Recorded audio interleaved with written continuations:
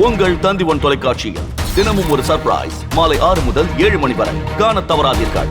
பிரசித்தி பெற்ற சிதம்பரம் நடராஜர் கோயில் ஆனி திருமஞ்சன தேரோட்ட விழா விமரிசையாக நடைபெற்று வருகிறது. இந்த காட்சிகளை முதலில் பார்க்கலாம்.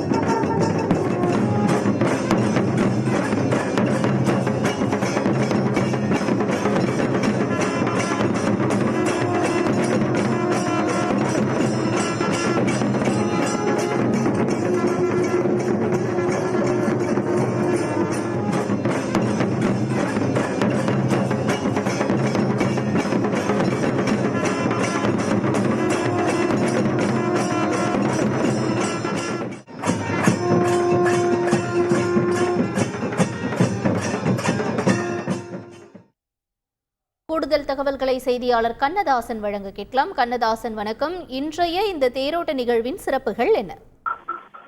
வணக்கம். உலக பிரசித்தி பெற்ற சிதம்பரம் நடராஜர் கோவில் ஆகாயஸ்தலமாக விளங்குகிறது. இத்திருக்கோவிலில் ஆணி திருமஞ்சன விழா கடந்த 3ஆம் தேதி வேத மந்திரமாக கொடியேற்றத்துடன் துவங்கியது. ஆணி திருமஞ்சன விழாவின் முக்கிய நிகழ்வான தேரோட்டம் இன்று மிக விமர்சையாக தொடங்கியுள்ளது. அலங்கரிக்கப்பட்ட 5 தேர்களில் முதல் தேரில் விநாயகரும், 2வது தேரில் முருகப்பெருமானும், 3வது தேரில் நடராஜ பெருமானும், 4வது தேரில் சிவகாம சுந்தரி அம்பாளும், 5வது தேரில் சண்டிகேஸ்வரர் ஆகிய சுவாமிகள் தனித்தனி தேர்களில் வீதியிலா வரும் நிகழ்வு தொடர்ந்து தற்போது நடைபெற்று வருகிறது. குறிப்பாக 100 டன் எடையும் 74 அடி உயரமுள்ள நடராஜ பெருமான் உள்ள தேரை பொதுமக்கள் மற்றும் சிவனடியார்கள் சிவசிவா என கோஷங்களை எழுப்பி தேரை வடம் பிடித்து ஈர்த்து வரும் காட்சிகளை நம்மால் பார்க்க முடிகிறது.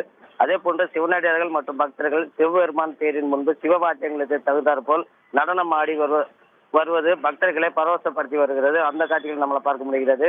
அதே போல பார்த்தோம்னா இன்று தேரோட்டம் நடைபெறும் நிலையில் நாளை தரிசன விழா நடைபெற உள்ளது. குறிப்பாக கிழக்கு கோபுர வாயில் முன்பு தேர் நிலையிலிருந்து புறப்படும் 5 தேர்களும் தெற்கு ரத வீதி, மேல ரத வீதி, வடக்கு ரத வீதி, மீண்டும் கிழக்கு கோபுர வாயில் முன்பு 5 தேர்களும் நிலைக்கு வந்தடையும்.